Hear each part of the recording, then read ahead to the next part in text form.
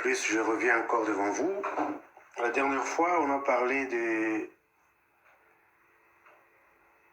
l'histoire de Jean-Baptiste, comment on a voulu lui donner le nom de Zacharias, mais la maman avait dit non. C'était pour vous dire que Jean-Baptiste, c'était un enfant spécial, pas comme les autres. Et on a fini par dire que vous aussi, vous n'êtes pas n'importe qui. Aujourd'hui, je voudrais qu'on parle un peu sur ce qu'on appelle le Fils de Dieu.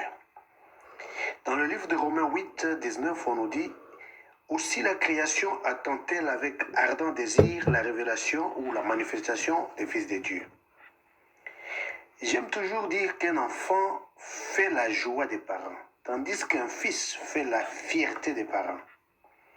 Il est rare qu'un papa vous présente son enfant.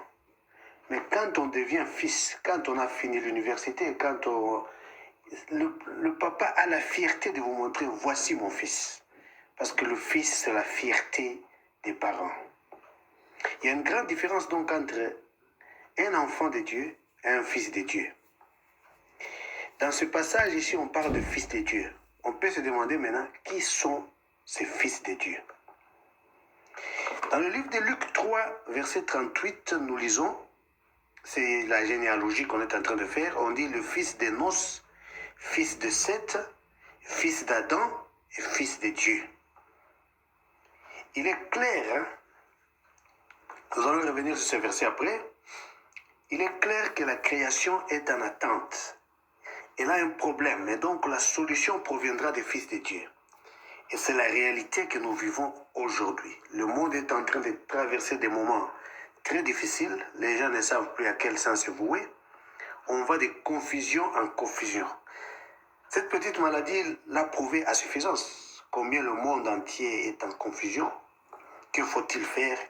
Qui faut-il écouter? Faut-il se faire tester? Faut-il prendre le vaccin? Où est le vaccin? C'est vraiment la confusion totale. Et ceci crée le désarroi, la panique, le monde a besoin de gens qui peuvent les aider à se situer, qui ont des solutions durables aux problèmes du monde. C'est donc le moment des fils de Dieu. Ils doivent se lever maintenant et se manifester pour sauver l'humanité. Comme nous l'avons lu dans Luc 3, 38, on nous dit « Enos était le fils de Seth. Seth était le fils d'Adam et Adam était le fils de Dieu. » Donc voici un exemple du fils de Dieu, Adam. Quel était donc le standard? Quel est le standard d'un fils de Dieu? D'abord, on nous dit qu'Adam a été créé à l'image et à la ressemblance de Dieu. C'est-à-dire, non seulement il a l'image de Dieu, mais aussi il fonctionne comme Dieu.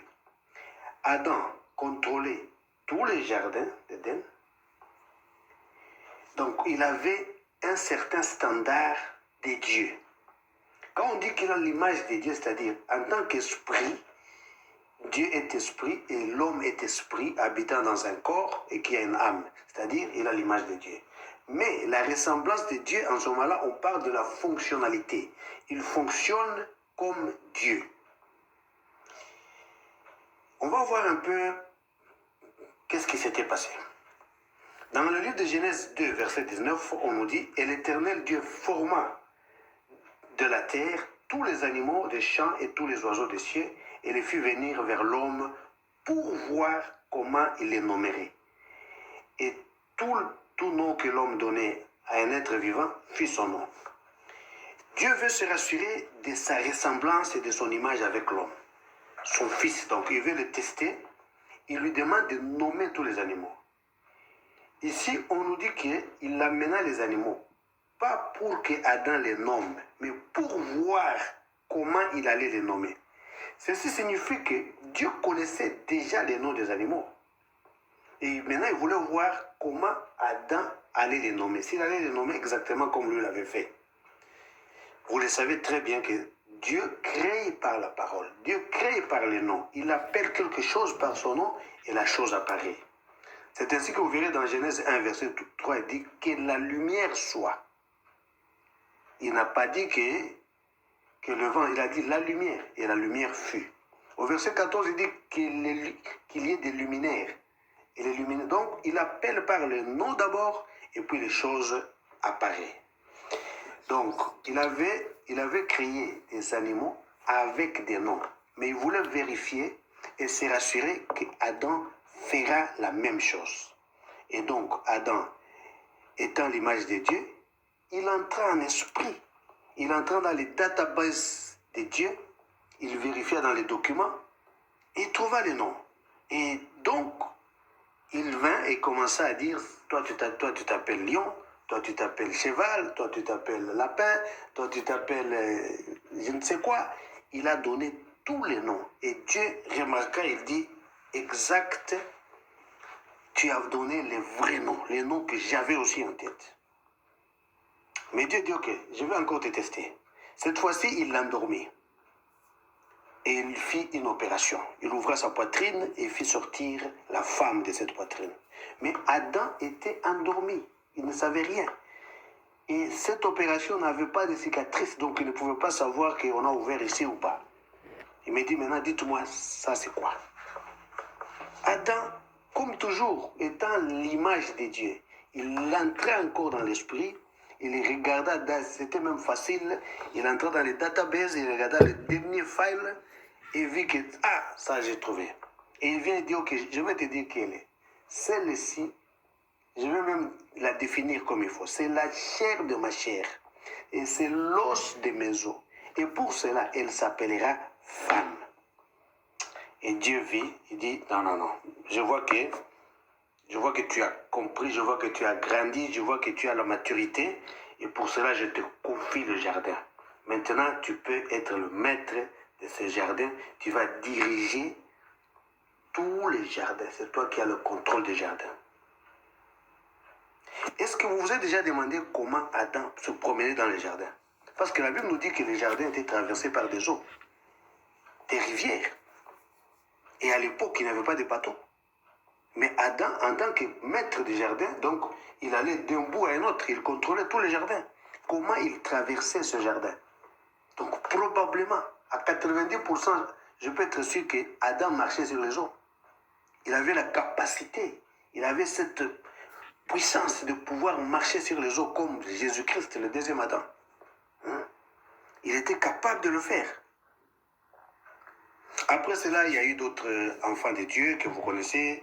Moïse qui a divisé la mer Rouge, il a fait tant de choses. Il y a eu Élie qui a arrêté la pluie pendant 3 ans, qui a même appelé le feu du ciel. Il y a Josué qui a stoppé le soleil pendant 24 heures. Vous savez tous que ce n'est pas facile. Mais écoutez ce que dit la Bible. Luc 7, verset 28. Je vous le dis, parmi ceux qui sont nés de la femme, il n'y en a point de plus grand que Jean-Baptiste. C'est-à-dire, tout cela que j'ai cité, Moïse, Josué, Élie, Élisée et les autres, tous sont inférieurs à Jean-Baptiste. Mais le verset continue, il dit, mais le moindre du royaume est plus grand que lui. Donc le plus petit de ce royaume-là est plus grand que Jean-Baptiste. Et donc, automatiquement, il est plus grand que Moïse, il est plus grand que Josué, il est plus grand que Élie, le plus petit du royaume. Or, nous savons très bien que nous, étant des fils de Dieu, nous sommes des héritiers du royaume, des co-héritiers avec Jésus-Christ. C'est-à-dire que le plus petit d'entre nous est plus grand que Jean-Baptiste. Parce que nous sommes du royaume, nous sommes des héritiers du royaume. Dans Galates 4, on dit, ainsi tu n'es plus esclave, mais tu es fils.